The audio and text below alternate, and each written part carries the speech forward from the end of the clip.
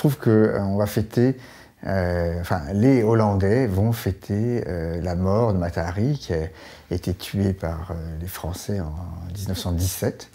Et pour les Hollandais, en fait, c'est une date importante. Et donc, il y a une série de manifestations en Hollande autour de cet anniversaire tragique et autour de cette figure donc, de Mata Hari, qui était hollandaise, mais qui a passé une grande partie de sa vie à Paris. Et une vie qui est d'une part consacrée à la danse, puisqu'elle était célèbre pour ses danses de nu. En fait, une des premières danseuses à danser nue sur un plateau, ce qui était très nouveau. Et par ailleurs aussi connue pour ses activités d'espionne, puisque maintenant on peut parler de Mata Hari presque comme d'un nom commun pour parler d'une femme qui travaille pour deux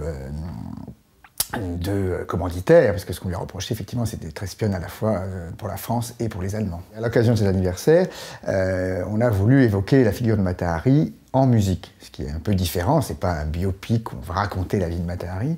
On va évoquer cette figure qui est une figure très étrange, parce qu'en fait, on n'a pas de documents, donc on ne sait pas comment Mata Hari dansait, mais ce qu'on sait, c'est qu'elle a fasciné absolument le public, aussi bien les hommes que les femmes d'ailleurs, aussi bien les Parisiens qui ont commencé par s'enflammer pour elle, que après l'Europe entière, l'Espagne, l'Italie, l'Autriche, l'Allemagne.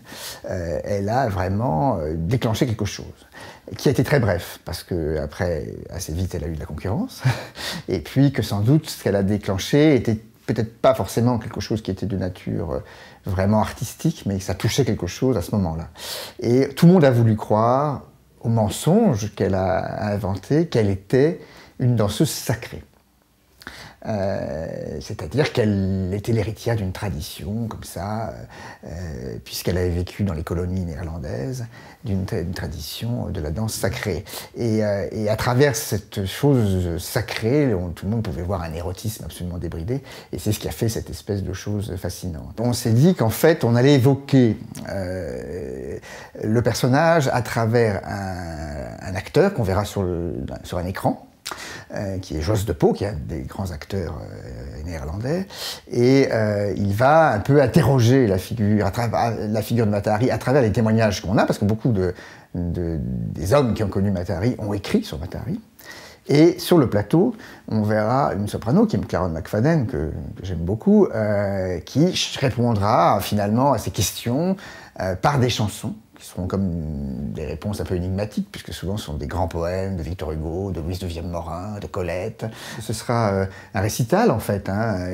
Sur le plateau, on verra un piano qui sera un très très beau piano, parce que la pianiste Claire Chevalier joue sur des pianos d'époque. Et puis une chanteuse qui est par ailleurs une très grande présence scénique. Donc c'est une espèce de façon de travailler sur la forme du récital, comme j'avais pu le faire peut-être aussi avec Jean-Paul Fouchécourt, mais autour d'une figure historique et assez fascinante.